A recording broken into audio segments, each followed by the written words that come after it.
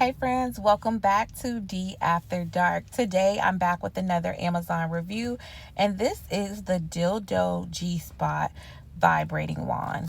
Now this guy is a very interesting toy. I still don't know how I feel about it. It's just a lot going on. I definitely feel like it's well made. However, the silicone in it, I wish it was a little bit thicker because it had me a little confused as to like why I could kind of see the mechanics on the inside. So it's like a light colored silicone, but overall it's extremely powerful. You have three different things going on here.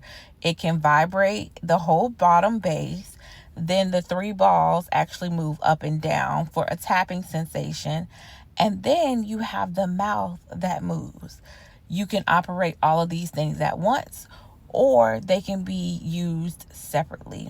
Very strong, super powerful, and if you like something with a lot of power, this is definitely what you'll want to try.